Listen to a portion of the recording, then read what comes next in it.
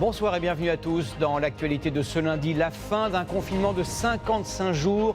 Comment avez-vous vécu ces premières heures dans les rues, les magasins, chez des amis ou sur un bateau? Reportage dans un instant. Certains prédisaient le chaos et les bousculades dans les transports en commun. À quelques exceptions près, les trajets du domicile au travail se sont bien passés. Ils comptaient les jours après 2 mois d'inactivité. 400 000 commerçants et artisans ont rouvert leurs portes. Certains, comme les coiffeurs, étaient très demandés dès les premières heures du jour. Comment éviter une deuxième vague de l'épidémie? Les tests vont être de plus en plus nombreux pour identifier les personnes contaminées et leur entourage. Le docteur Gérald Kierzek nous rejoindra. Enfin, nous irons respirer l'air pur des parcs, des sous-bois et des montagnes auxquels nous pouvons à nouveau accéder. Nous vous ferons découvrir des trésors secrets tout près de chez vous, en tout cas à moins de 100 km.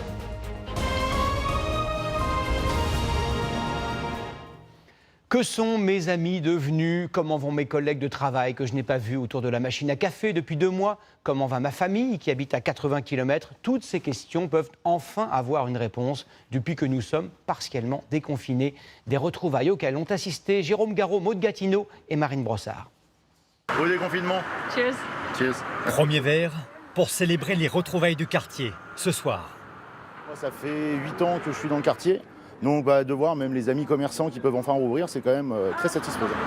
Gobelet à emporter et distance de sécurité pour cet apéro improvisé sur les trottoirs.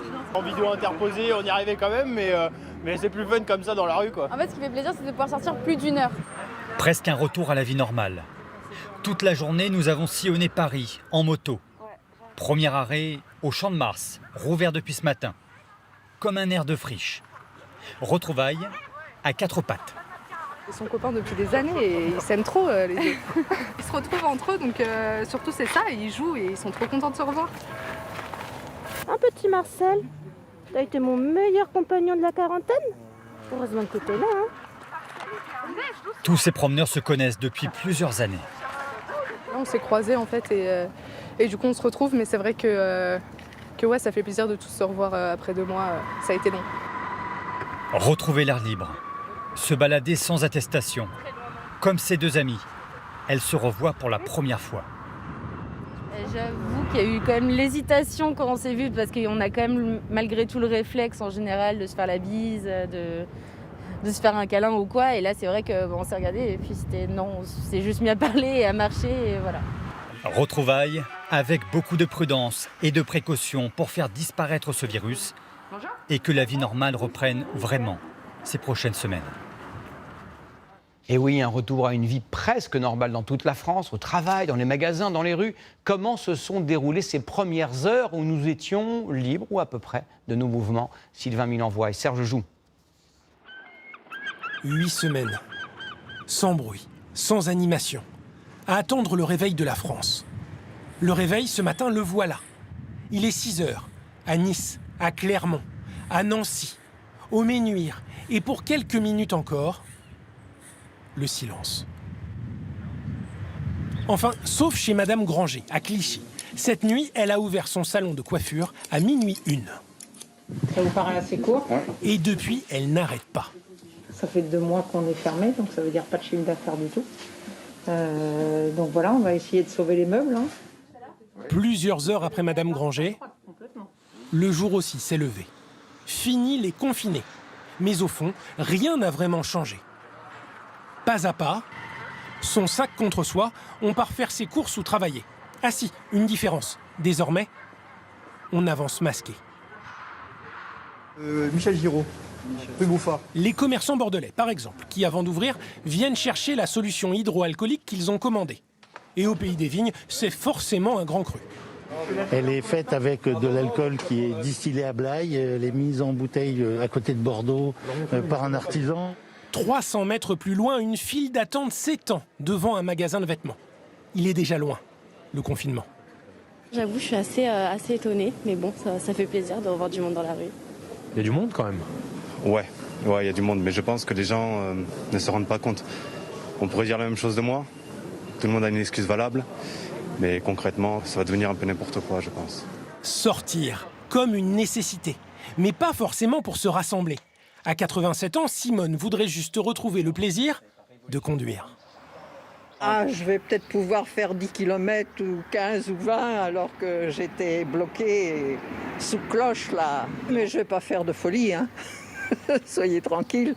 La folie, à Paris, elle a parfois déjà repris. Je ne sais pas à quoi ont servi les 8 semaines de confinement où il paraît qu'il fallait être solidaire parce que personne ne laisse passer personne, quoi qu'il arrive. D'un bouchon à l'autre, il y a toujours du monde, surtout en bord de Seine. Mais quitte à voir les flots, Jackie, lui, se reconfine sur son bateau. La pêche est ouverte. J'attends ça depuis quand même déjà novembre, décembre, janvier, février, mars, avril, pouf.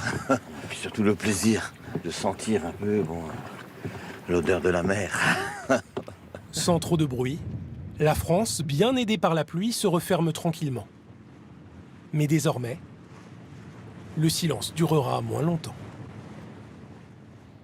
Des retrouvailles d'un peu trop près, sans doute, cet après-midi à Paris. Plusieurs dizaines de personnes, beaucoup de jeunes, s'étaient rassemblés sur les bords du canal Saint-Martin. Certains avaient oublié les gestes barrières, le port du masque, la distance minimale. La police a dû intervenir il y a quelques minutes pour leur faire quitter les lieux. Bonsoir Thierry Coiffier, vous êtes en duplex de la gare Saint-Lazare. C'est l'une des gares les plus fréquentées d'Europe en temps normal. 450 000 voyageurs chaque jour. Comment s'est déroulée cette première journée dans les trains et sur les quais ? Journée très tranquille dans les trains, Gilles, un peu à l'image de celui dans lequel je me trouve. Il va partir dans quelques secondes pour le Val d'Oise. Il n'est que partiellement rempli. Alors certes, il est tard, mais ça a été comme ça toute la journée. Les chiffres le prouvent. 15% des voyageurs habituels ont été transportés par la SNCF aujourd'hui. C'est 10% sur les TGV. Regardez ce que cela donne, les quais de la gare Saint-Lazare. Pourtant, la deuxième gare d'Europe, un train toutes les 28 secondes. En période de pointe, elle est quasiment déserte. Alors pourquoi une si faible fréquentation ?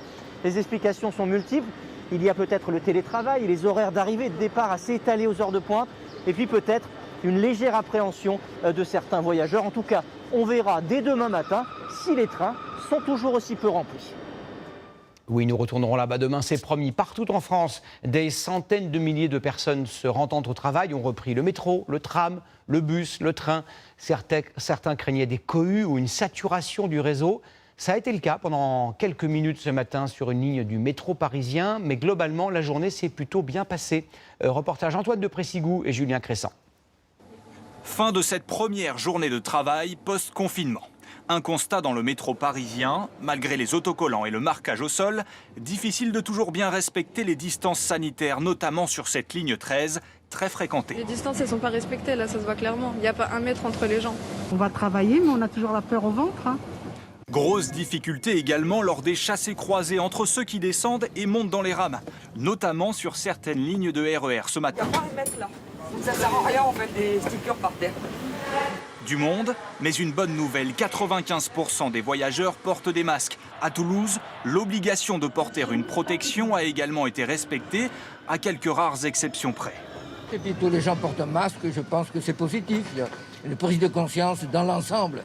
Il faut dire qu'à l'entrée du métro, impossible de négocier. Vous ressentez, vous débrouillez, vous trouvez un masque. Je le trouve. Pas de masque, pas d'accès. Je suis allé dans les deux pharmacies. Vous voulez venir avec moi ? Monsieur, je suis allé dans deux pharmacies. Vous trouvez un moyen pour... Mais comment ? Aucune verbalisation avant mercredi. Pour l'instant, ils ont été gentils, quoi. À la surface, dans les bus quasi vides, ce passager solitaire n'a pas eu trop de mal à respecter les distances sanitaires. Vous avez le bus pour vous tout seul ? Ah oui, vraiment. Je suis propriétaire du bus, c'est rassurant, les contacts sont limités. Même constat à Mulhouse dans le tramway. Pour le moment, tout va bien, mais pour combien de temps ? Le problème, c'est que quand il y aura tout le monde qui vont reprendre les cours et tout ça, ça va être autre chose là. Pour éviter les transports en commun, beaucoup ont pris leur voiture. Sur les périphériques toulousains et parisiens, circulation dense mais pas d'embouteillage. Dans le centre de la capitale, en revanche... C'est compliqué. Quelques bouchons. Pour voir ma mère, je voulais pas prendre le métro, effectivement, oui. Et là, vous êtes coincé dans les bouchons. Eh ben oui, je sais pas ce qui se passe. Imaginez, certains ont même dû forcer le passage pour s'insérer sur une voie. Bref, presque un retour à la normale à Paris. Oui, c'est un signe qui ne trompe pas. Parmi les nouvelles habitudes à prendre dans les transports en commun, on l'a vu il y a un instant, le port du masque obligatoire pour tous les voyageurs de plus de 11 ans. En Ile-de-France, il faut aussi, aux heures de pointe, une attestation de votre employeur. Reportage Johan Engen, Pauline Dumortier, William Villemain et Pascal Rousset. Pour que votre premier trajet dans les transports se déroule le mieux possible, il a fallu en coulisses de bons chefs d'orchestre. Voici le centre opérationnel de la gare Saint-Lazare à Paris. Toute la journée, ces agents ont joué une partition délicate, mettre les bons trains aux bons horaires sur les bonnes voies. Il faut qu'on soit vigilant là sur le 8h30. Logiquement, il devait rentrer à 8h21, il a un peu de retard et il repart aussitôt à 8h30. Ce retard pourrait créer une accumulation de voyageurs sur les quais. Le numéro de la voie leur est donc communiqué au tout dernier moment. L'idée, c'est d'éviter que les voyageurs en descente croisent des voyageurs qui vont remonter dans le train. On va se retrouver dans des situations où on va créer des bouchons et donc des risques de contamination si certaines personnes n'ont pas les masques. L'autre enjeu, c'est de vérifier que les trains ne soient pas bondés, avec les caméras et avec les retours par talkie-walkie des agents présents sur les quais. C'est le premier jour, on reste très attentif et surtout on observe pour faire du retour d'expérience et adapter au plus vite et au plus fin si on s'aperçoit qu'il y a des choix de transport qui ne sont pas pertinents. Dans toute l'Île-de-France, les contrôleurs n'ont pas verbalisé. Ils ont fait de la pédagogie, distribué des masques et rappelé l'obligation de le porter en toutes circonstances. Là, le discours qu'elle a tenu, c'est qu'il n'y avait pas beaucoup de monde dans le bus, donc elle a décidé de ne pas mettre son masque. Mais le but, c'est de mettre le masque dès lors qu'on est dans les transports. Autre mission, compter le nombre de clients. Mais rares étaient les bus à plus de 10 personnes. On avait prévu la sécurité, la police municipale, parce qu'on s'imaginait qu'il pouvait y avoir des tensions. Finalement, il n'y en a pas du tout, parce qu'il y a finalement peu de monde, donc ça se passe très bien. Les opérateurs de transport ne souhaitent prendre aucun risque. Ils reconduiront ces dispositifs tous les jours de cette semaine. Sachez, c'est important, que le Conseil constitutionnel a validé ce soir le principe de cette attestation nécessaire aux heures de pointe, ainsi que la fameuse règle qui limite les déplacements à 100 km autour du domicile. Comment va-t-elle s'appliquer concrètement? Y a-t-il des exceptions? Esther Lefebvre et Alix Ponsard ont fait le test jusqu'à Orléans. Cela doit être un réflexe. Avant tout déplacement, vérifiez si votre destination est à plus de 100 km à vol d'oiseau. Pour nous, c'est le cas. Direction Orléans, avec notre carte de presse, via l'autoroute A10, particulièrement fluide et sans aucun contrôle routier. Comparé à la semaine dernière, il y a un peu plus de circulation aujourd'hui. Mais c'est pas non plus, c'est pas encore, on voit que tout le monde n'a pas encore repris le travail. Sur cette aire, essentiellement des poids lourds et de rares automobilistes un peu hésitants. Ça fait longtemps que j'ai pas fait le plein, ça se voit. L'enfer. Mais incontournable pour faire près de 500 km de Paris à Royan, en même temps que ses déménageurs. J'avais pas le choix, les gens qui ont acheté mon appartement emménagé aujourd'hui, donc bon, voilà. Et si je prends un PV, je prendrai un PV. Mais avec ses justificatifs du notaire, elle estime être dans les règles. Tout long déplacement est autorisé pour motif professionnel ou familial impérieux. Par exemple, des obsèques, une garde d'enfants alternée, une assistance à personnes vulnérables. Mais cette liste est non exhaustive et peut laisser perplexe. On peut dire qu'on a une tante qui est malade, moi je sais pas, ils vont pas les vérifier quand même, si? Et quid des grands-parents qui voudraient garder leurs petits-enfants en l'absence d'école? Aucun détail. Même incertitude pour ce chef d'entreprise en menuiserie. Ses salariés font des allers-retours à Paris avec la même attestation depuis 15 jours. C'est un petit peu flou aujourd'hui, il y a rien, moi j'ai rien de plus à savoir ce qu'il faut fournir comme attestation. Une nouvelle attestation pourrait être mise en ligne dès demain sur le site internet du ministère de l'Intérieur. Avec le déconfinement, c'est aussi la vie économique qui reprend. Tous les commerces, sauf les cafés et les restaurants, pouvaient rouvrir aujourd'hui. Comment se sont-ils organisés? Les clients étaient-ils au rendez-vous? Reportage à Lyon, Céline Blancpain et Brice Giresse. Cette journée de shopping, ils l'attendaient depuis 55 jours. Mais pour entrer, désinfection des mains et port du masque obligatoire dans cette enseigne. L'accessoire est même distribué gratuitement par les vigiles. J'en ai un, mais j'ai oublié de l'amener, parce que je ne savais pas que c'est obligatoire. Mais moi, ça ne me dérange pas. Ça fait plaisir de voir le magasin ouvert, parce qu'il était temps, quoi. Je pense que cette semaine, il y aura beaucoup de personnes, donc autant venir de bonne heure le matin, quoi. Quelques minutes avant l'ouverture, les 200 employés ont reçu des consignes strictes. Tous les produits qui ont été essayés par les clients, on les met en quarantaine pendant au moins 6 heures, sur tous les hauts. Mise en quarantaine des vêtements, désinfection des caisses. Dans ce magasin de sport, il n'est plus possible de tester le matériel et le nombre d'entrées est réglementé. 600 personnes maximum à la fois pour 2500 mètres carrés. On a ouvert effectivement avec un peu de monde. On a la partie cycle, vélo, réparation et achat de vélo qui est en ce moment assez demandée. Dans le centre-ville de Lyon, les rues piétonnes ont repris des couleurs. Elle avait bien besoin, un peu de poussière, en 2 mois ça s'accumule. Au fil de la journée, les files d'attente se sont formées devant certaines boutiques de mode. Rien de nécessaire, mais ça me faisait plaisir. Après tout ce temps passé cloîtré chez moi, je n'en pouvais plus, donc là je me suis lâchée. Je trouve qu'il y a quand même beaucoup de gens dehors, mais bon, ils ont l'air assez prudents les gens, donc c'est bien. Mais d'après les commerçants, le quartier de la Presqu'île n'a pas encore retrouvé son affluence habituelle. Je pense que les gens vont venir petit à petit, ça va être progressif. Les gens vont revenir, ils ont simplement peut-être peur, ils ont peut-être des appréhensions, ils sont peut-être un peu anxieux, c'est normal. Quant au plus grand centre commercial de la région, il est resté fermé pour les boutiques non alimentaires. Le préfet du Rhône n'a pas donné son accord pour une réouverture.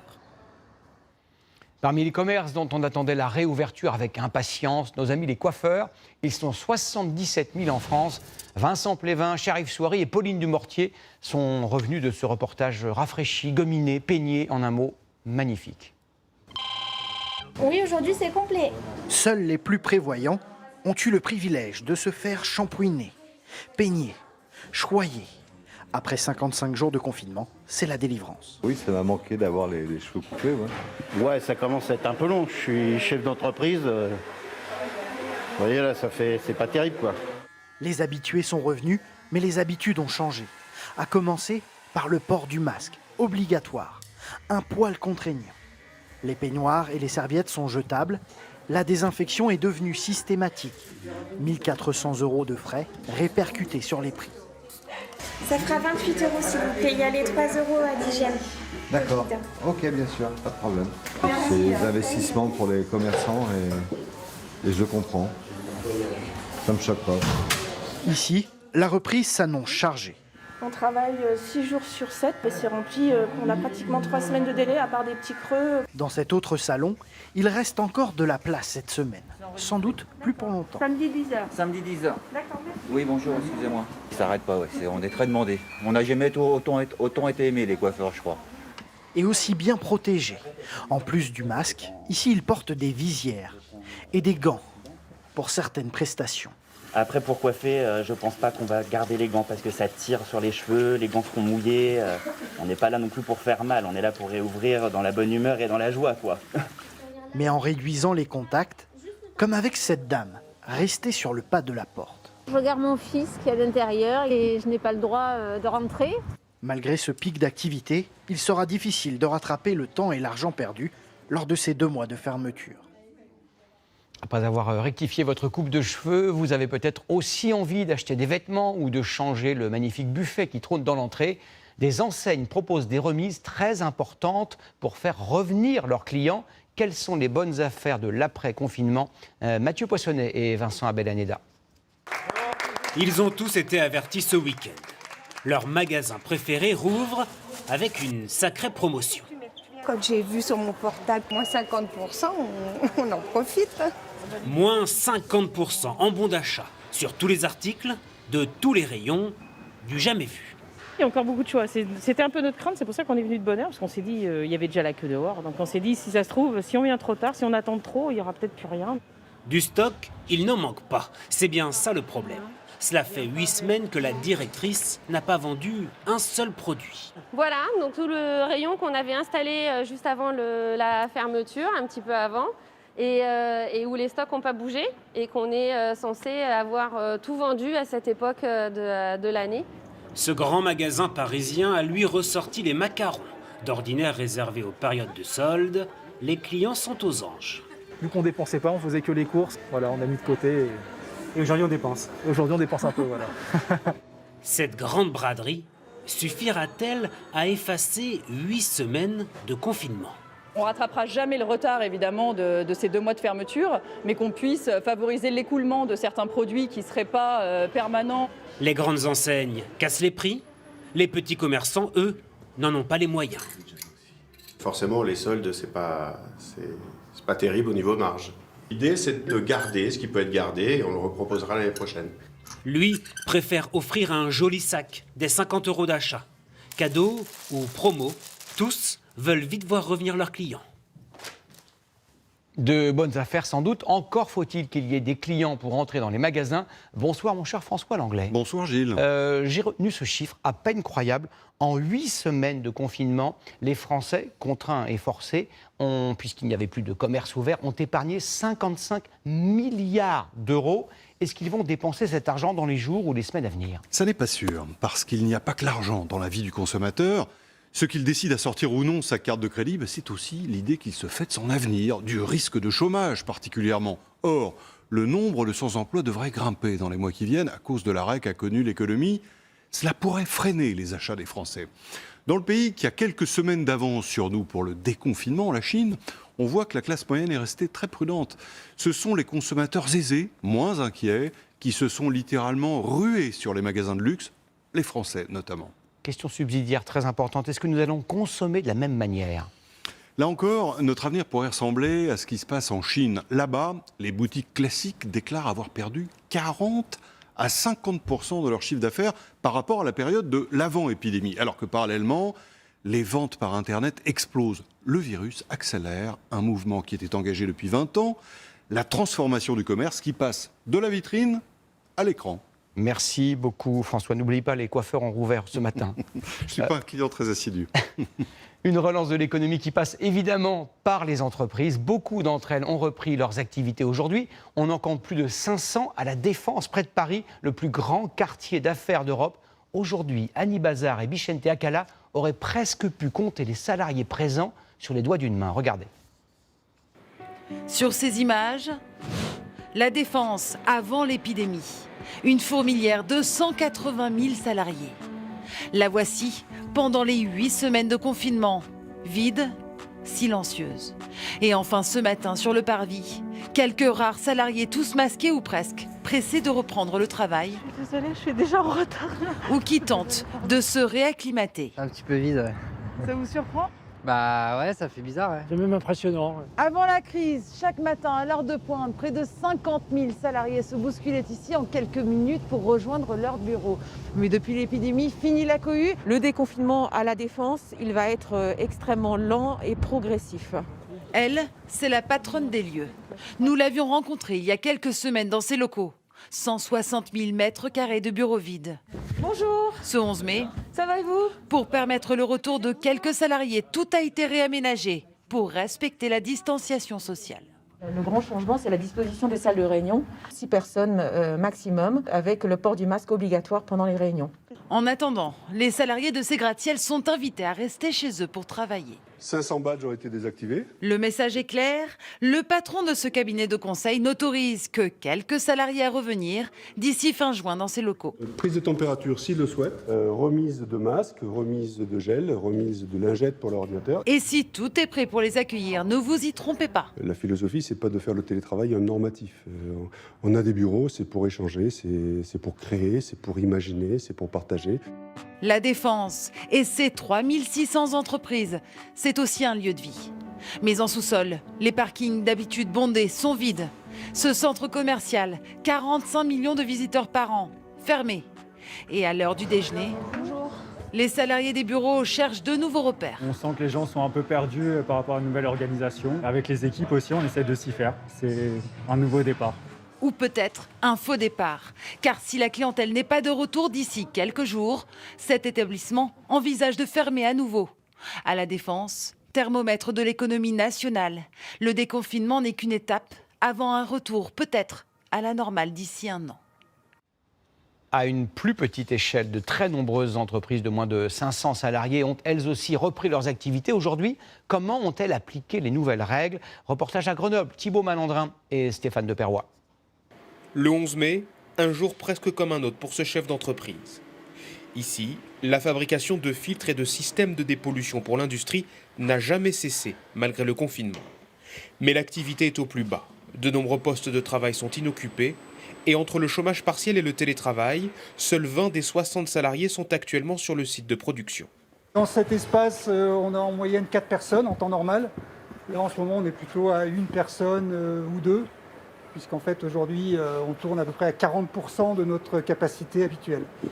Avec le déconfinement, les chefs d'entreprise espèrent une lente reprise de la demande. Mais l'effet 11 mai, Christian Guillet n'y croit pas. Du point de vue commercial, il ne s'est rien passé aujourd'hui.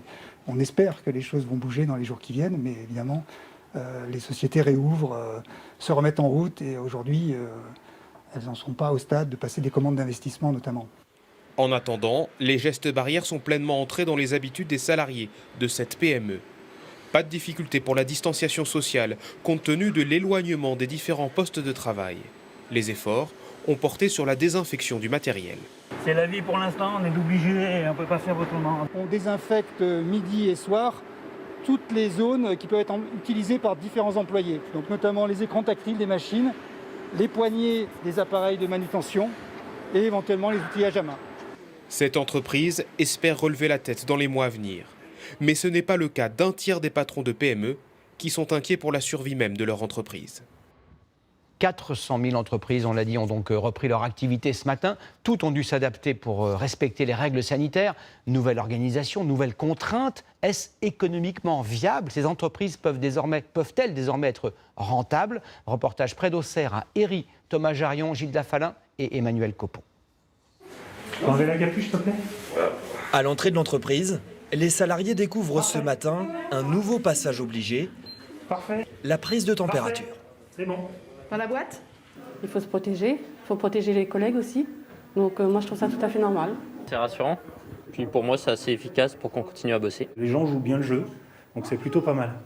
Ouais, vous jouez bien le jeu? La preuve, je suis là avec le sourire. On ne voit pas le sourire, mais il est là. Ouais. Il est là. Thermomètre à la main, 3 employés se relaient toute la journée. C'est 3 salaires de plus à payer pour l'entreprise, qui en tout a dû embaucher 12 personnes pour garantir la sécurité des 350 salariés présents sur le site. Bonjour. Bonjour. Je nettoie votre poignée. Avec par exemple une nouvelle équipe de nettoyage qui désinfecte 3 fois par jour les locaux. On fait toutes les poignées des portes, les interrupteurs, les imprimantes, les téléphones. Dans les bureaux, la lutte contre le virus passe par du personnel en plus, mais sur les lignes de production, cela passe par une baisse de la productivité. Ici, on fabrique des câbles industriels. Désormais, chaque ouvrier prend sur son temps de travail pour nettoyer. Sur 8 heures de travail, on a minimum 6 désinfections. Parce qu'on tourne en fait sur les postes, donc à chaque fois qu'on tourne, on doit désinfecter. On sait que pendant cette période-là, on a entre 5 à 10% de perte de productivité. Et puis il y a le coût matériel, avec les masques bien sûr. Le groupe en a acheté 40 000 à 90 centimes pièce. 2 salariés les découpent avant de les distribuer. Rajoutez à cela les heures supplémentaires, ou même le coût de la réorganisation du restaurant d'entreprise, et la facture grimpe vite. Ça roule. Merci bien. Voilà. Jusqu'à aujourd'hui, c'est plus de 100 000 € de surcoût. C'est le prix à payer pour une bonne poursuite ou une poursuite d'activité dans de bonnes conditions. Un prix à payer tout le temps que va durer la crise. Heureusement pour l'entreprise, les carnets de commandes sont pleins. Faisons comme chaque soir un point sur l'épidémie. À ce jour, le nombre de morts liés au coronavirus s'élève à 26 643 en France. Le nombre de personnes actuellement hospitalisées en réanimation est de 2712. C'est 64 de moins qu'hier, un chiffre qui est en baisse pour la 33e journée consécutive. Jeudi dernier, lors de la présentation du plan de déconfinement, le ministre de la Santé, Olivier Véran, a affirmé qu'à partir du 11 mai, aujourd'hui donc, les départements seraient, je le cite, dans leur intégralité en mesure de tester largement. L'objectif du gouvernement, vous le connaissez, c'est de réaliser 700 000 tests par semaine. En est-on capable? Mathilde Véron, Éric Béra et Madjene Sangaré. 700 personnes testées en 2 jours. Cet abattoir vendéen a fait l'expérience de la nouvelle stratégie de test en France. Après la découverte de 4 cas positifs au sein de l'entreprise, l'ensemble du personnel a été dépisté. Un soulagement pour ses salariés. Honnêtement, je suis rassurée, j'ai des enfants, je ne ferai prendre de risques à personne et au moins je saurai. C'est quelque chose qui me rassure énormément parce que c'est la seule chose fiable qui peut nous dire si on l'a ou pas. Tester massivement. C'est le mot d'ordre, avec cet objectif de 700 000 tests par semaine. À l'heure du déconfinement, la France s'équipe notamment avec ses machines venues de Chine, ici à Paris. Une vingtaine sera bientôt livrée dans tout le pays. Chaque appareil pourrait réaliser jusqu'à 2000 tests par jour. L'intérêt, c'est que cette plateforme est industrielle, Donc elle est capable de faire un très grand nombre de tests simultanément. On a été en situation la semaine dernière de faire des EHPAD relativement denses, de 600 résidents, qu'on a été capable de traiter dans la journée. Pour les prélèvements, les laboratoires sont en première ligne. Bonjour. Bonjour. Vous avez rendez-vous? Oui, à 10h. Comme dans ce drive à Neuilly-sur-Seine, où ce matin, les patients sont surtout là pour se rassurer. Donc j'ai eu le coronavirus. Comme je voudrais voir mes enfants, je vais être sûre de ne pas être contagieuse. Pour l'heure, la demande est encore faible, mais l'établissement se dit prêt à tester à grande échelle. On peut en faire 25 toute seule en 1 heure, donc après, vous faites le calcul, mais on peut en faire beaucoup. Le syndicat des biologistes estime que les laboratoires pourraient atteindre 100 000 tests par jour. Seul obstacle à cet objectif, le manque de moyens humains. Si on compte uniquement sur le personnel des laboratoires, sur les médecins, 700 000 par semaine, ça ne va pas être possible sans des renforts. Les 120 000 infirmiers libéraux de France attendent donc désormais les directives du gouvernement. Bonsoir Gérald Kierzek. Bonsoir Gilles. Vous êtes médecin urgentiste à l'Hôtel-Dieu à Paris. Le fait de détecter ces nouveaux foyers, il faut s'en inquiéter ou est-ce que ça veut simplement dire que l'épidémie est mieux suivie, j'allais presque dire individu par individu? En tout cas, c'est l'objectif individu par individu puisque les tests sont proposés aux patients qui sont symptomatiques, qui ont des symptômes repérés par leur médecin et à ce moment-là, un test est prescrit. Et l'objectif, une fois qu'on a cet individu, ce patient qui est symptomatique, c'est de remonter mais de descendre les chaînes de contamination aussi, savoir où il a été contaminé, par qui, dans quel lieu éventuellement et quels ont été les sujets contacts. Mais ça, c'est une partie de la stratégie et il faut se poser la question, puisqu'on voit bien que le virus, malgré le confinement, est toujours présent sur le territoire, il faut se poser la question d'élargir aux patients asymptomatiques qui n'ont pas de symptômes et ça pourrait être intéressant d'avoir des nouveaux tests, par exemple des tests salivaires. Vous prenez un petit peu de salive, les États-Unis par exemple viennent d'approuver un test et ça évite d'avoir justement ce que disait le confrère infirmier en disant on n'a pas les moyens humains, et bien ça dispense du préleveur parce que les tests salivaires, on peut les faire soi-même. Gérald, d'un point d'éclaircissement, l'an dernier, 6 millions et demi de Français ont été contaminés par la grippe saisonnière. Est-ce qu'on peut s'approcher de ce chiffre avec le Covid-19 ? On va probablement s'approcher de ce chiffre. Les enquêtes de séroprévalence, c'est-à-dire combien de Français ont été contaminés, c'est autour de 5% avec de grandes disparités régionales. Ça fait 3,3 millions de Français. Il est probable que ce chiffre augmente, mais surtout, on n'a pas d'image, de photographie réelle de la sérologie. Donc il y a des enquêtes. L'INSERM est en train de lancer une enquête, un peu sur la base des sondages. On va aller faire de manière aléatoire, sur le territoire, au hasard, des tests sérologiques. Et là, on aura une idée précise. Et rappelons que 98 ou 99% des malades sortent guéris sans séquelles. Exactement, il y a 1% de complications. Merci beaucoup Gérald. C'est important, les conclusions de l'enquête sur la contamination de plus de 1000 marins à bord du porte-avions Charles de Gaulle il y a un mois, la ministre des Armées Florence Parly a précisé cet après-midi que le virus avait été introduit pour la première fois à bord du bâtiment en Méditerranée avant une escale à Brest mi-mars. Ce matin, étape importante dans le déconfinement, de nombreux jeunes enfants sont retournés en crèche, ce qui est déjà le cas en Belgique, en Suisse. Les 12 000 crèches françaises qui ont dû s'adapter aux règles sanitaires en vigueur. Illustration en région parisienne, Christophe Abel, Olivier Cresta et Gilles Parot. Coucou. Il a hâte de reprendre la crèche. Après 2 mois à la maison, retour à la crèche pour Ismaël et sa mère. Par rapport à la situation, on vous a mis le gel hydroalcoolique ici. Du gel, des masques et des marquages au sol pour délimiter les espaces. Un protocole obligatoire qu'Ismaël semble déjà avoir intégré. Tu te rappelles du bisou? Tu l'as déjà oublié? Tu vas lui faire un bisou? En fait, on fera pas de bisou. Il respecte les gestes barrières. On sentait en fait qu'il s'ennuyait. Il a fait le tour de tous les moyens de distraction et sachant que mon fils, il aime vraiment beaucoup la crèche. C'était vraiment compliqué à gérer en fait. Dans un premier temps, la capacité d'accueil est limitée à 10 enfants, contre 22 habituellement. On a réaménagé l'espace en fait en fonction du groupe d'enfants au niveau de leur âge, avec un coin plus calme, tapis pour les plus petits. Les espaces repas et siestes ont également dû être repensés. On a fait attention à respecter la distanciation entre chaque lit pour les enfants. Toujours pour rassurer les parents, les jouets sont désinfectés tous les jours, les mains lavées avant et après chaque repas. Mais faire respecter les distances entre les enfants paraît plus délicat. Là, sur les temps de repas, c'est facile.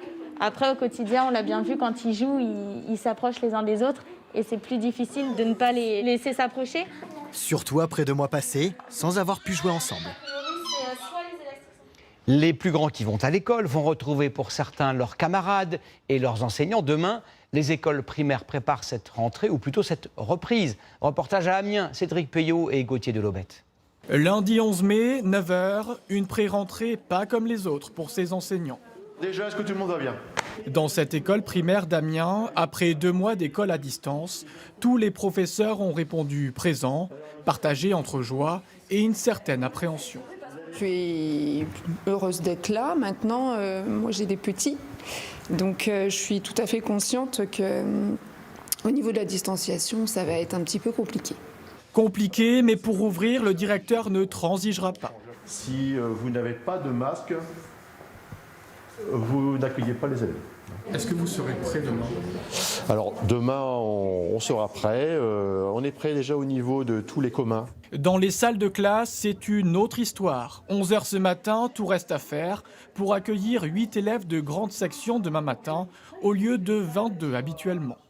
Tu gardes pas des coins pour, je te dis, les laisser jouer au cap-là ou un truc comme ça au cas où? Non, je vais leur donner... Ils vont jouer que sur table. Alors, il faut désencombrer, débarrasser, réorganiser les salles. La rentrée tourne un peu au casse-tête. On réfléchit, oui, on réfléchit là. C'est vrai que pour des petits restés assis, ça va être compliqué. Donc au moins, si on arrive à leur donner un espace, ça sera peut-être plus simple. Après 1 heure d'efforts collectifs, voici la nouvelle salle de classe version rentrée post-déconfinement, avec ses tables individuelles, toutes face au tableau. C'est pas évident. On verra après, voilà, c'est la réaction. On va voir la première journée, la première journée après. C'est comme une nouvelle rentrée après, avec des contraintes. Demain, dès 8h30, 5 enseignants accueilleront une trentaine d'élèves, 6 fois moins qu'en temps normal. Car ici, comme partout en France, cette nouvelle rentrée sera très progressive. C'est une question que se sont posées de très nombreux parents depuis que l'on connaît la date du déconfinement. Mon enfant doit-il retourner à l'école à partir de demain, mardi ? Les médecins et les spécialistes de l'épidémie unanimes répètent que les enfants ne courent pratiquement aucun risque. Certains parents en sont convaincus, d'autres hésitent. Témoignage recueilli par Jean-Marie Bagayoko et Jean-Philippe Eckett. 2 familles, 2 mois passés entre 4 murs et un retour à l'école qui pose encore de nombreuses questions. Pour l'instant, on nous dit qu'on n'a aucune date à nous donner. Est-ce que les enfants vont pouvoir rattraper le retard ? Depuis le début du confinement, c'est bon, t'as fini ? Cette mère de famille jongle entre les devoirs d'Hugo en CM1, les fractions, c'est ça, hein. Toi t'aimes bien. Les activités d'Arthur en maternelle. Est-ce que t'avances sur l'exercice ? Et son métier de responsable commercial qu'elle tente d'exercer en télétravail. Maman, on peut aller jouer. Vous voulez aller jouer ? On n'a pas le corps enseignant à notre disposition. Enfin, on ne sait pas si on enseigne bien, si on enseigne correctement. Je suis contente qu'ils reprennent le chemin de l'école. Plus que 2 jours à tenir pour cette maman, comme pour ses enfants. Je suis pressée de retourner à l'école parce que mes amis me manquent. Parce que je peux pas parler avec eux ni jouer avec eux. Après maternelle. Isaac 6e. Annelle 5e. Gabriel 2e. Eux aussi rêvent de retrouver un quotidien loin de leur appartement parisien. Une vie scolaire sans les parents. Seulement voilà.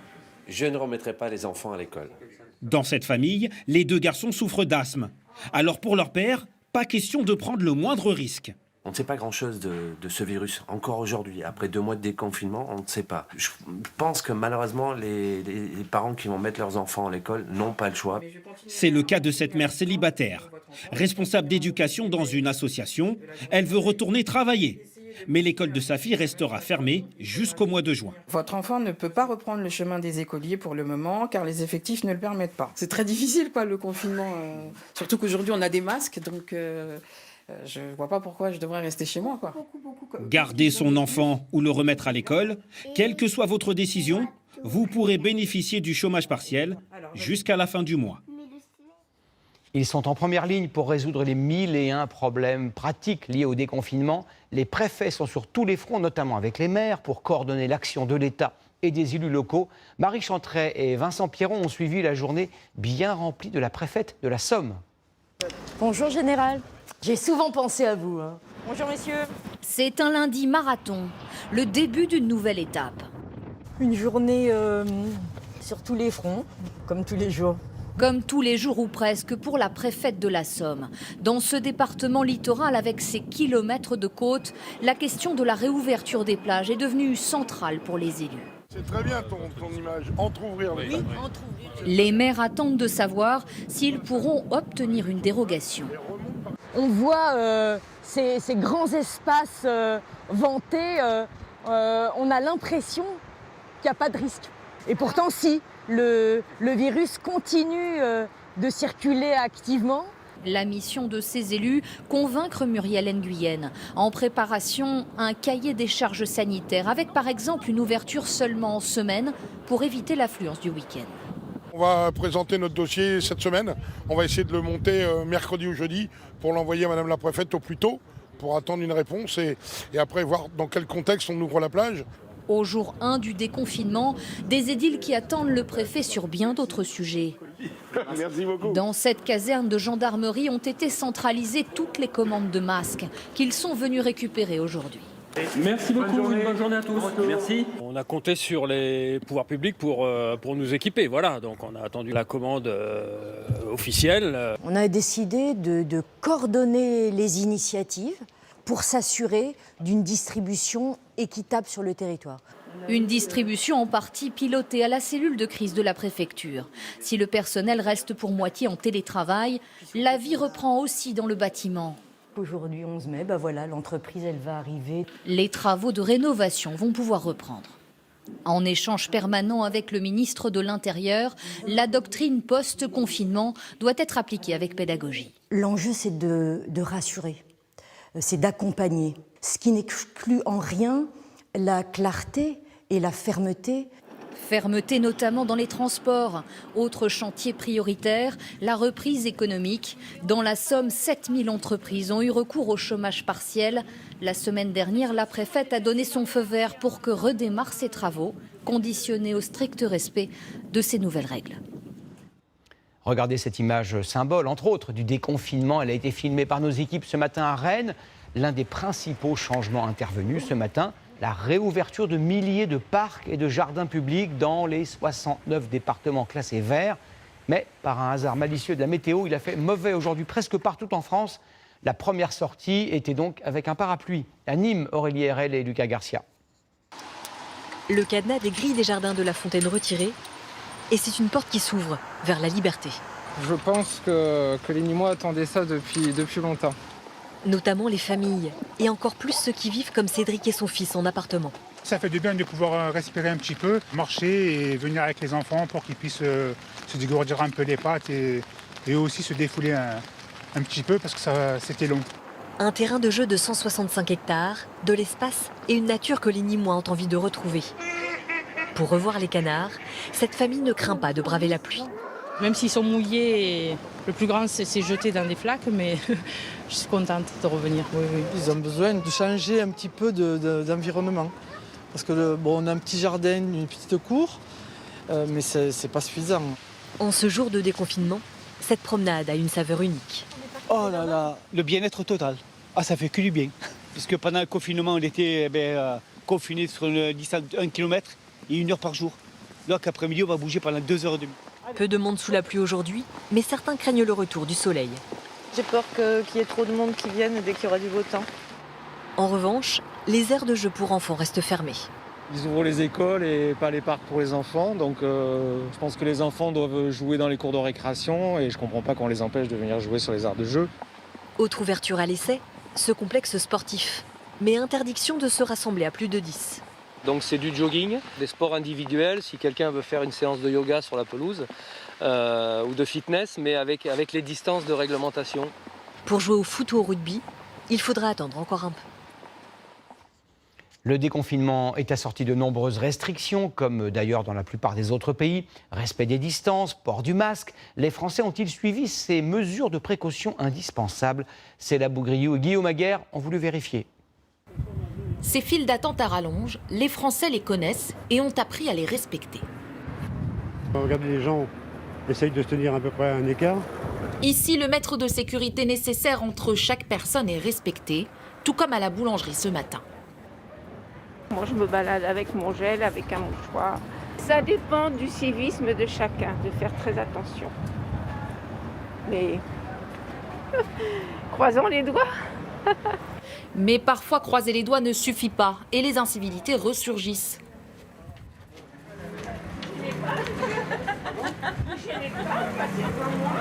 Non. Les vieux réflexes ont la vie dure. Garder une discipline stricte après 2 mois de privation, ce n'est pas évident pour tout le monde. Le masque s'est certes imposé dans la rue. Chacun son style, chacun son motif. C'est individuel et c'est collectif. Donc chacun doit penser et à l'autre et à soi-même. C'est tout, c'est très clair. Mais le port de cet accessoire n'étant pas obligatoire sur la voie publique, il reste encore de nombreux frileux. J'ai perdu l'habitude. Au début, oui, puis après, ça m'énervait. J'aime autant marcher sans parce que ça tient extrêmement chaud, c'est tout. J'ai l'impression d'avoir une semi-liberté. Voilà, un peu plus qu'avant, c'est tout. Une semi-liberté ou plutôt une liberté conditionnelle, car ce déconfinement n'est pas acquis. Si la situation sanitaire l'exige, le pays pourrait tout à fait être reconfiné. Eux ne profitent pas du nouvel espace de liberté qui s'est ouvert ce matin. Ils considèrent que leur âge ou leur état de santé ne leur permet pas de ressortir et de reprendre une vie presque normale. Ils sont des millions dans ce cas. Philippe Vogel et Thomas Gatti en ont rencontré à Mulhouse. Arthur, 90 ans, a été touché par le coronavirus et va devoir subir un confinement prolongé, contraint et un peu forcé. De leur côté, Martine et Bernard, très inquiets des risques de contamination, ont choisi de rester confinés et veulent continuer à limiter leurs déplacements au maximum. Le déconfinement, ça fait peur, surtout aux seniors. Pour moi, c'est un peu trop tôt. Je n'ai pas de nécessité de sortir professionnelle. Étant une personne âgée à risque, donc je vais être prudente et rester encore un peu chez moi. Aujourd'hui, ce n'est pas parce qu'on est en déconfinement que tout s'arrête. Il faut continuer à conserver nos gestes. Leur crainte, un relâchement en général, oubli des précautions d'hygiène et de la distanciation sociale. Contaminé au début de l'épidémie, Arthur se remet de la maladie. Ses longues balades pour s'aérer ne sont malheureusement pas encore pour demain. Est-ce que c'est pas trop dur de rester encore plus à la maison que d'habitude? Peut-être, oui. Je fais tous les jours des promenades. Ça, il faut que je fasse parce que mes pieds sont plus en bonne santé. Durant ces prochaines semaines, son auxiliaire de vie à domicile restera son seul lien avec l'extérieur. C'est un moyen de discuter. Il y a des personnes chez qui on intervient, leur famille ne pouvait plus venir justement par précaution. Pour beaucoup, les sorties vont rester limitées à l'indispensable, comme aller à la pharmacie. La boulangerie qui est à 50 mètres d'ici, ça fait aussi partie d'une sortie que je fais dans la journée. Je reste quand même relativement confiné. Sans réelle garantie de sécurité, ces personnes fragiles préfèrent reporter leur liberté de déplacement. Jusqu'au mois de juin, je ne sortirai pas. J'ai vraiment très peur. Crainte dans les magasins ou dans les transports en commun pour ces personnes âgées, le premier jour de déconfinement n'efface malheureusement pas la réalité de l'épidémie. Comme chaque soir, c'est l'heure de répondre à vos questions pratiques. Vous êtes très nombreux à nous les poser grâce au hashtag Le20h-TF1 vous répond. Bonsoir Garance Pardigon. Bonsoir Gilles. Cette question, par exemple, posée par un téléspectateur qui a l'esprit de famille. Pendant le confinement, ma belle-mère, nous dit-il, m'a envoyé un colis. Je ne l'ai pas reçu, que dois-je faire? Alors déjà, pas de conclusion hâtive. Ce n'est pas que votre belle-mère vous en veut, ou pire, que votre colis est perdu. S'il est volumineux, il peut être en attente, tout simplement dans un centre de tri. En fait, la Poste a distribué en priorité les paquets qui rentraient dans les boîtes aux lettres. Elle promet un retour à la normale progressif dès aujourd'hui avec une distribution 6 jours sur 7. Réouverture également prévue pour tous les bureaux de poste d'ici la fin du mois de mai. Alors ouvrez l'œil parce que vous aurez 15 jours dès cette réouverture pour récupérer votre fameux colis. Deuxième question posée par une personne qui perçoit des allocations chômage. Quand les agences de Pôle emploi vont-elles rouvrir au public? C'est vrai qu'elles sont fermées actuellement. Elles vont rouvrir le 18 mai, c'est-à-dire lundi prochain. Mais ne vous attendez pas à retrouver le Pôle emploi d'hier, si j'ose dire, parce que tout est chamboulé. Prise de rendez-vous obligatoire pour vous actualiser sur les bornes en libre service. Conseiller toujours essentiellement joignable par mail ou par téléphone. En fait, la seule vraie raison qui doit justifier de se présenter physiquement en agence la semaine prochaine, c'est une urgence impossible à régler à distance. Par exemple, un problème d'indemnisation. Dernière question posée par un chef d'entreprise. Si le restaurant d'entreprise est fermé, dois-je proposer impérativement une autre solution à mes salariés pour le déjeuner? Non, pas d'obligation de distribuer des paniers repas. C'est aux salariés de s'organiser pour éviter le régime sec en prévoyant un pique-nique, par exemple. Pour autant, pas question que ces salariés avalent leur sandwich dans la rue. Ce serait un peu quand même la double peine. L'employeur doit prévoir un lieu pour la pause déjeuner, laisser la salle de cantine ouvertes, par exemple. Et côté tickets restaurant, on rappelle en revanche qu'il n'y a pas de changement. Ils doivent être distribués normalement, même si les brasseries sont fermées et que les salariés sont en télétravail. Merci beaucoup, Garance. À demain soir, même endroit, même heure. L'actualité de ce lundi, ce sont aussi les intempéries qui frappent une grande partie du pays depuis 2 jours. Météo France, vous le voyez, a placé 2 départements en vigilance orange. Le Tarn pour les pluies très abondantes et les Landes pour des risques d'inondation. Des intempéries qui ont touché la Gironde. Ce week-end, il est tombé jusqu'à 2 mois de précipitations en 2 jours. L'épisode pluvieux n'a pas fait de victimes, mais il a provoqué d'importants dégâts. Sur place, Guillaume Ployer, Christophe Brousseau et Hugo Dorsemène. Dans ce quartier de Langon, l'eau et la boue peinent encore à s'évacuer, plus de 24 heures après le début des inondations. La vigilance rouge avait bel et bien été déclenchée en Gironde, mais les riverains se sont fait surprendre par l'ampleur du phénomène. Il pleuvait beaucoup. On avait déjà le chemin en fait, qui était qui avait un peu d'eau dans le chemin. Et on a vu l'eau qui s'est mise à revenir dans le sens que le sens d'écoulement normal. Donc on s'est dit tiens c'est bizarre. Et en fait tout dévalé de la rue en haut là c'était impressionnant, un torrent quoi, vraiment. Depuis hier, il est tombé localement l'équivalent de 2 mois de pluie dans le sud du département. Le niveau des rivières est alors brutalement monté. Vendredi, oui, il y avait 30 cm d'eau. Là, il y a un peu plus de 2 mètres. Les dégâts matériels sont parfois considérables, mais aucune victime n'est à déplorer. Dans le village de Villandreau, Corinne et Bruno ont pu mettre à l'abri leurs parents avant que l'eau ne s'engouffre dans leur maison. Tout est dans l'eau. Là, il y avait les papiers en bas. On a levé le maximum ici, là, en fait. Et là-bas, vous avez les chambres. Alors là, toute la cuisine, bien sûr, est dans l'eau. Toute une vie. Mon père a 86 ans, ma belle-mère 90. Et toute une vie qui part. Les sapeurs-pompiers de la Gironde sont intervenus à plus de 700 reprises et les opérations de nettoyage se poursuivent. On aspire l'eau qui est rentrée avec la boue pour protéger les meubles et essayer qu'ils ne prennent pas trop l'humidité pour enlever le plus vite possible, quoi. Notre crainte maintenant réside dans l'évolution des cours d'eau avec potentiellement des débordements qui pourront être constatés. Météo France annonce un temps plus sec à partir de demain. Ce soir, le niveau de vigilance est jaune en Gironde. Il reste en revanche orange dans le département voisin des Landes. Pendant 8 semaines, nous vous avons montré dans ce journal la France comme vous ne l'aviez jamais vue, silencieuse, confinée, presque immobile. Depuis ce matin, nous sommes déconfinés, enfin presque. Nous pouvons nous éloigner de notre domicile, mais peut-on encore découvrir des lieux, des paysages à 100 km de chez soi? La réponse est oui. Ce soir, si vous habitez Grenoble, Chambéry ou Gap, vous allez être surpris par cette France secrète. Reportage Mickaël Guilleux et Mickaël Merle. Damien Combrisson a ressorti sa longue vue, mais il est encore le seul spectateur du ballet des Mille en Noir. Cette époque de l'année, on propose des sorties de découverte des oiseaux en migration. L'environnement, c'est quelque chose de social aussi, qui se partage. Et du coup, c'est vrai que c'est un manque. Après 2 mois confinés, ce scientifique du Parc national des Écrins reprend ses marques. On a un circuit de Jean Leblanc, donc qui est de retour de ses quartiers d'hivernage en Afrique. Les équipes du parc repartent à leur mission. Tout ne rouvrira pas aujourd'hui, mais déjà Damien Combrisson devine l'envie de nature des Français. Il se tient prêt. On a la chance d'être dans un très beau pays, avec des richesses à nos portes, bien souvent, insoupçonnées. Et dans un premier temps, je pense qu'il n'y a pas besoin d'aller courir les 4 coins de la planète pour trouver rapidement les petites choses de la vie. Pour les habitants de Gap ou de Grenoble, ce bonheur à moins de 100 km pourrait se trouver dans l'une de ces montagnes. Sur les 750 km de sentiers, ou bien même dès l'entrée. À se demander comment cette chapelle s'est retrouvée ainsi confinée. La période pendant laquelle le barrage a été construit, c'est à la fois la fin de mon enfance et le début de mon adolescence.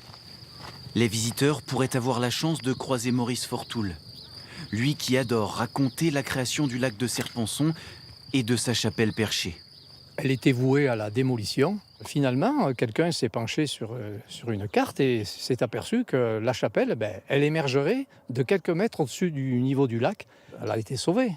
C'est l'autre histoire de la région, celle des hommes, de la destruction de leur village pour produire de l'électricité. Nous sommes le 3 mai 1961. Dans quelques minutes, les 3 derniers bâtiments du village de Savines vont être dynamités. Le curé, il est là. J'imagine quel déchirement il peut ressentir quand, dans un nuage de poussière, l'église et son clocher tombent. Ça a transformé, bien entendu, le paysage. Un nouveau pays est né avec l'avènement de Serre-Ponçon. Le pays devient touristique, puis protégé 12 ans plus tard par la création dans les hauteurs du parc national. Bébé sauterelle, celle qui a un chant tellement délicat. Une quarantaine de gardes l'observent toute l'année. Ils ont continué, même pendant le confinement, C'est qui toi? sans quitter leur maison. Mais dans mon jardin, oui, j'ai trouvé plusieurs espèces qui n'étaient pas connues dans le parc des Écrins. C'est pas forcément des raretés, mais c'est que personne n'a pris le temps et a eu la chance de tomber là-dessus. Ces derniers jours, la garde a retrouvé ces grands espaces. Est-ce que ça fait du bien de se sentir en montagne? De se sentir un peu en pleine nature? 2 mois après leur départ, les touristes vont revenir. Dans la forêt, elle prévient les habitants. Je vais installer un panneau d'information donc pour informer les grimpeurs que le faucon pèlerin est en pleine reproduction. La tranquillité est terminée pour les oiseaux. Donc, on va essayer de faire en sorte que tout se passe bien. Peu à peu, la cohabitation reprend. Humains et animaux, de nouveau sur les mêmes paysages, les mêmes chemins. Une reconquête du quotidien, avec certainement pour les passants un regard différent sur cette chapelle isolée depuis 60 ans. Magnifiques images signées Michael Merle. Tout de suite sur LCI, une émission spéciale Quel déconfinement présentée par Julien Arnaud. Rendez-vous sur le canal 26. C'est la fin de ce journal. Tout de suite, la météo d'Evelyne Delia à suivre attentivement à cause des inondations et des pluies. Place ensuite à Nicolas Canteloup et Alessandra Sublet. Puis votre film Ma famille t'adore déjà, avec entre autres Thierry Lhermitte et Marianne Chazelle. Demain à 13h, Jacques Legros et Jean-Pierre Pernaut. Je vous retrouve pour faire le point sur l'épidémie à 19h45 et à 20h pour le journal. Excellente soirée à tous. Profitez du nouvel espace de liberté qui nous est offert, mais restez prudents. À demain.